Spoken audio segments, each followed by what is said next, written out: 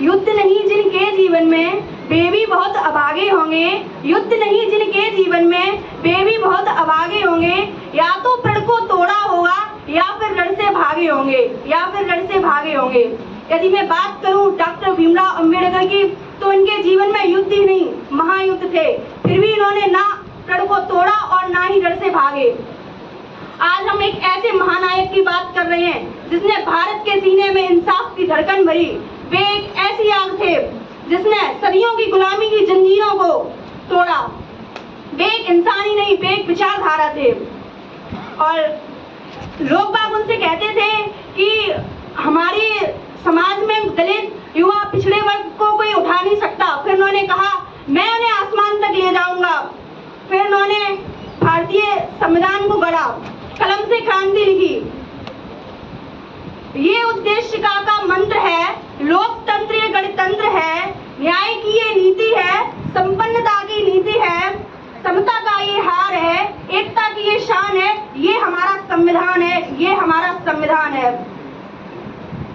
आज हम एक ऐसे बालक की बात कर रहे हैं जिसे स्कूल की चौखट पर रोक दिया जाता था, जिसे क्लास में प्रवेश करने से वर्जित किया जाता था। इतना ही नहीं, उन्हें पानी से दूर रखा जाता था। इतना ही नहीं, उन्हें अपमानित किया जाता था। छोटी छोटी बातों के लिए उन्हें अपमानित किया जाता था। गाड़ी वाहन जाति जानकर उन्हें बीच रास्ते में छोड़ दिया करते थे। जब वो नौकरी किया करते थे तो कर्मचारी उन्हें दूर से फाइल पटक कर दिया करते थे। वो व्यक्ति जब विदेश से उच्च शिक्षा ग्रहण करने के बाद जब वो व्यक्ति भारत वापस लौटा तो उसके सम्मान में कोई व्यक्ति न खड़ा हुआ, सिर्फ इसलिए क्योंकि वो एक महार जाति के थे। स्कूल के बाहर बैठा एक नन्हा सपना देखा, ज्ञान की लौ को थामे बाबा साहेब ने ठाना एका, यानी कि अकेले बाबा साहेब ने ठाना एका। पानी को दूर रखा पर प्यास न बुझने दी, संस्कृत को दूर रखा पर विद्या को गले लगाया और फिर सूरज सा चमक आया। जरा सोचिए, वह व्यक्ति झुक कर सीधा खड़ा हुआ। आज उसके सामने भारत ही नहीं बल्कि पूरा विश्व झुकता है। जरा सोचिए, यदि बाबा साहेब आज के जमाने में होते तो देश की दिशा और दशा क्या होती। देश की दशा और दशा कुछ अलग ही होती और हमारे सपनों का भारत कुछ अलग ही होता। यदि बाबा साहेब आज यहाँ होते तो न्याय के सूरज को और ऊंचा उठाते। यदि बाबा साहेब आज यहाँ होते तो जाति की जंजीरों को चूर चूर कर देते। यदि बाबा साहेब आज यहाँ होते तो शिक्षा के दीपक को और ऊंचा उठाते।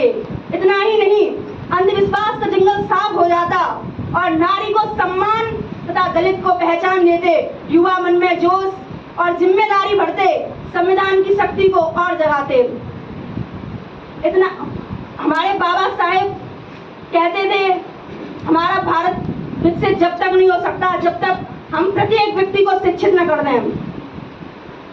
भारत को विकसित भारत बनाने के लिए संविधान हमारी ढाल है और अमृतकाल हमारा संकल्प। भारत को